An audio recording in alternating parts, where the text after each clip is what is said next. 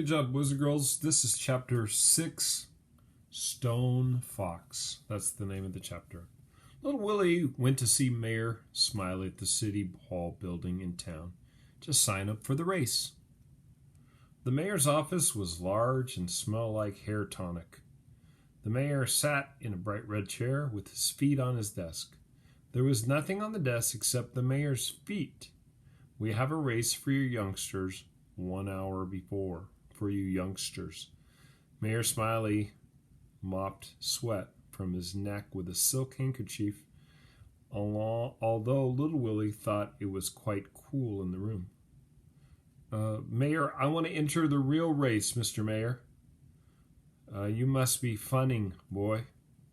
The mayor laughed twice and blotted his neck. Anyway, there's an entrance fee. How much? $50. Little Willie was stunned. That was a lot of money just to enter a race, but he was determined. He ran across the street to the bank. Don't be stupid, Mr. Foster told Little Willie. This is not a race for amateurs. Some of the best dogs in the Northwest will be entering. I have Searchlight. We go as fast as lightning. Really, Mr. Foster, we do.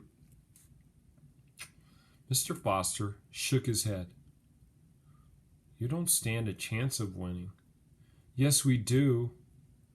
Willie, the money in your savings account is for your college education. You know I can't give it to you. You have to.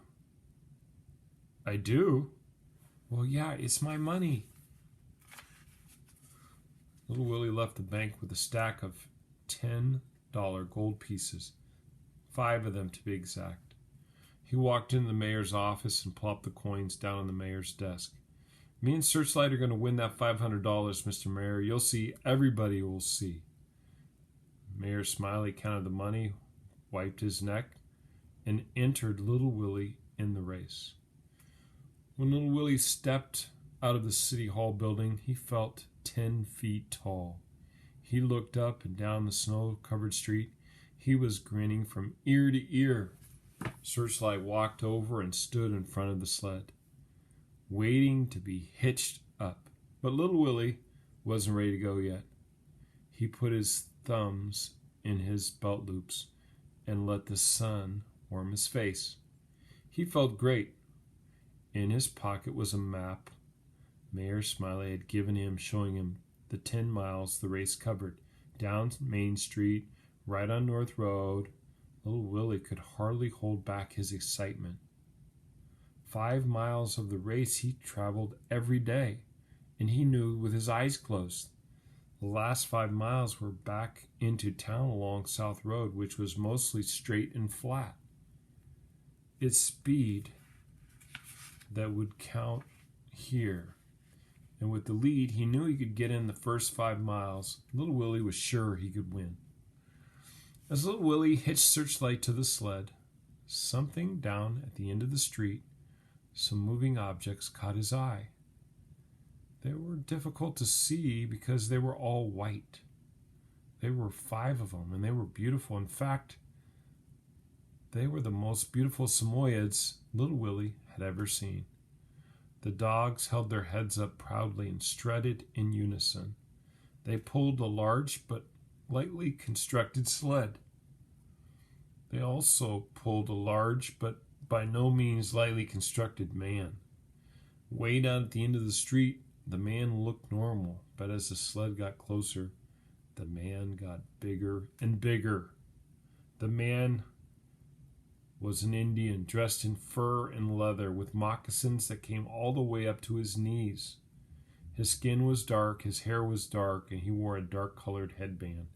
His eyes sparkled in the sunlight, but the rest of his face was hard as stone. The sled came to a stop right next to Little Willie. The boy's mouth hung open as he tilted his head way back to look at the man. Little Willie had never seen a giant before. Gosh! Little Willie gasped. The Indian looked at Little Willie. His face was solid granite, but his eyes were alive and cunning. Howdy, Little Willie blurted out, and he gave a nervous smile, but the Indian said nothing. His eyes shifted to Searchlight, who let out a soft moan but did not bark. The giant walked into the City Hall building. Word that Stone Fox had entered the race spread throughout the town of Jackson. Within an hour and throughout the state of Wyoming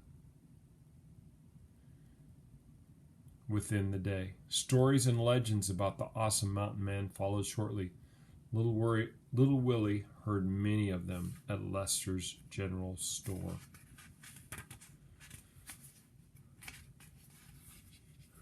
Was a time in Denver he snapped a man's back with 2 fingers, said Dusty, the town drunk, but nobody believed him, really. Little Willie learned that no white men had ever heard Stone Fox talk.